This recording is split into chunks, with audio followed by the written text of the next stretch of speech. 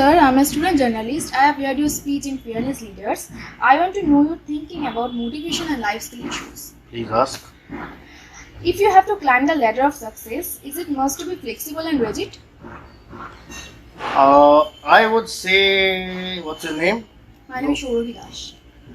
Sauravi, I would like to tell everybody that it is better to be flexible and not rigid. Why?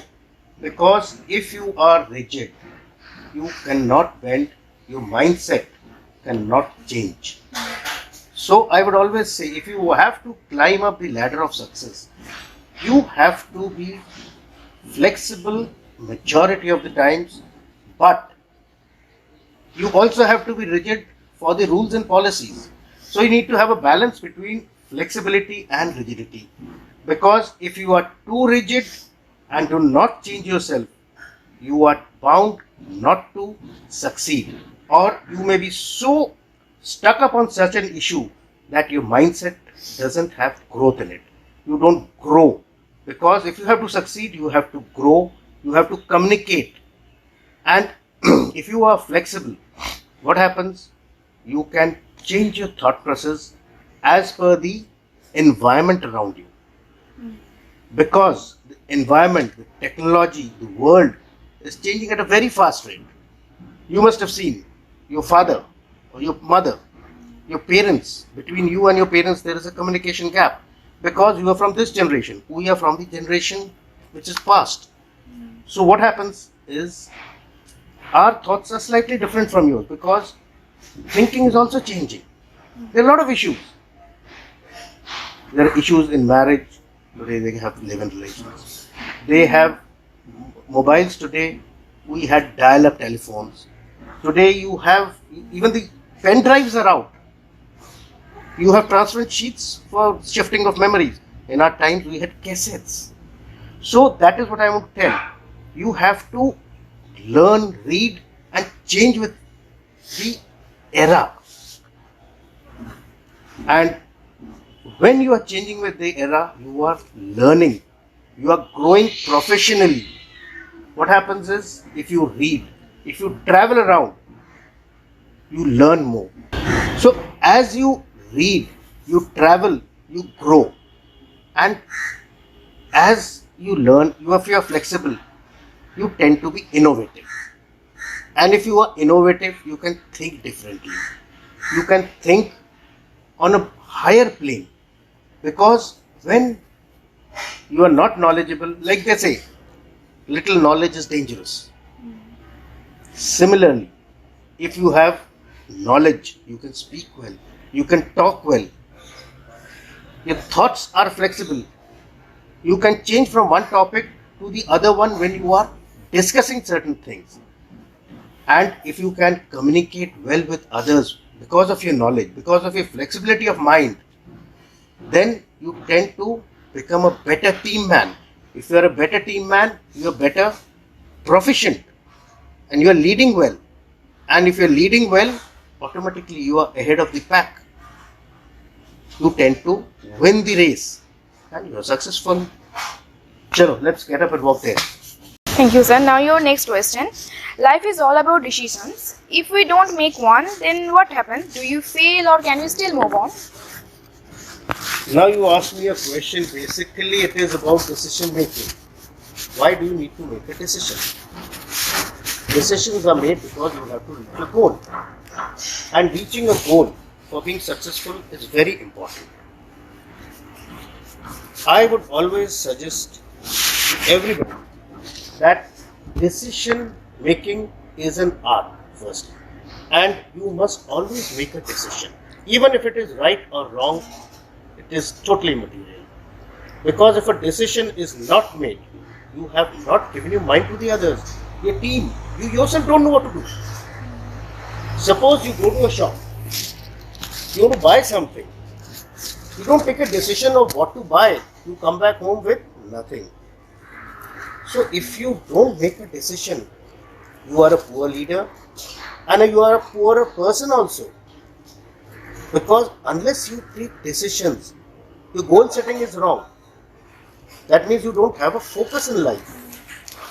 Even if your decision is wrong, you must take a decision. Because that is the mantra of life.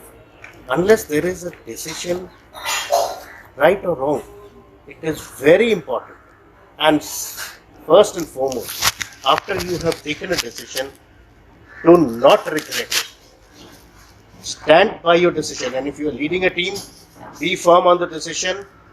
And suppose it is wrong, somebody advises you something, you must retrospect and with your professional acumen try to change it or change the course of the team, make them understand that this is right and this is wrong. And if you have a team, before taking a decision, you must always discuss it with the complete team. Let it be more of a democratical, autocratic system, you can say. You are a leader, you take the decision, but let it be democracy, let them give their views. Then you weigh them out and take the proper decision. So it is a complete teamwork. And if you are singularly taking a decision, analyze the problem. Weigh out the pros and cons. Because remember one thing, God has always given lots of solutions to any problem.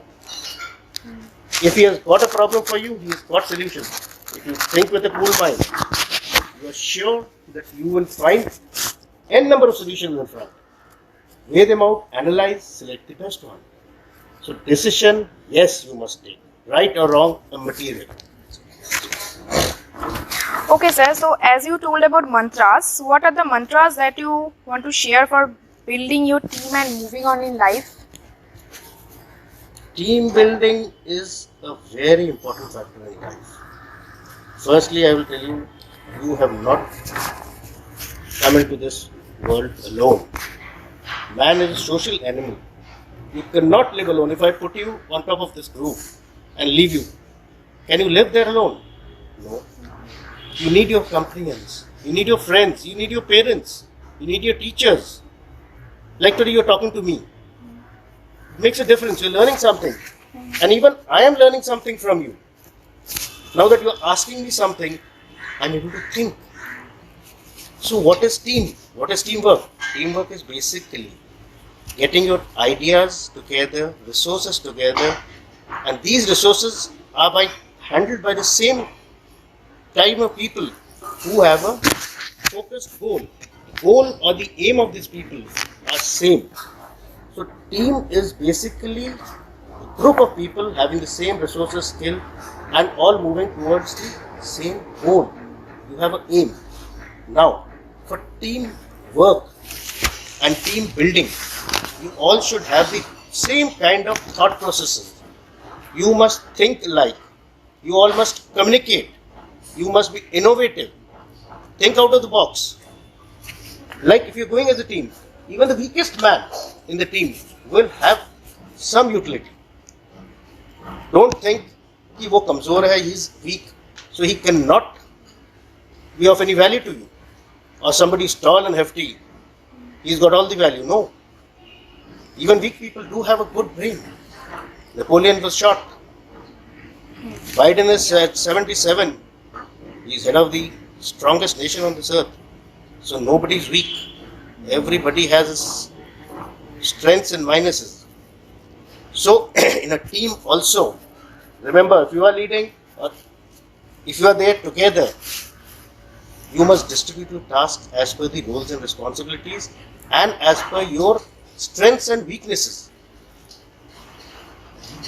Give the correct man his due, his job.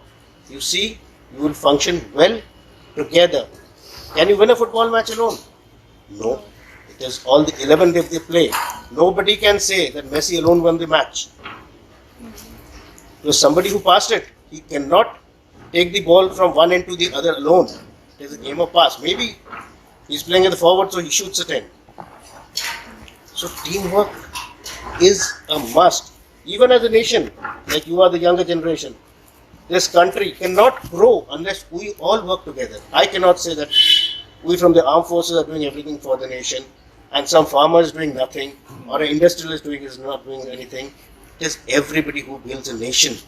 So everybody works together to make India a stronger nation. Maybe it is under the able leadership of whoever it is. So teamwork is a must and is the main mantra of success. Now the next one. How do you say that communicating with others make you connect with others is speaking too much good or being reserved? You must have communication skills, Sauravi, because communication is one of the main muddas of life. Because can you sit in one place silently? No. You need to talk. You need to interact. Unless you interact with somebody, how do you get to know the other person's mind? Yes, you should not be talkative, but you should communicate well. It must be a by-way communication, a two-way communication. It should not be a monologue, it should be a dialogue with people. If you are talking with somebody or with the people, it should be both ways. So being totally silent is not good, but yes, to be reserved is good, because your silence should be intelligent silence.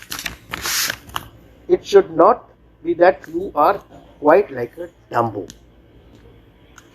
And when you talk, you should talk sense.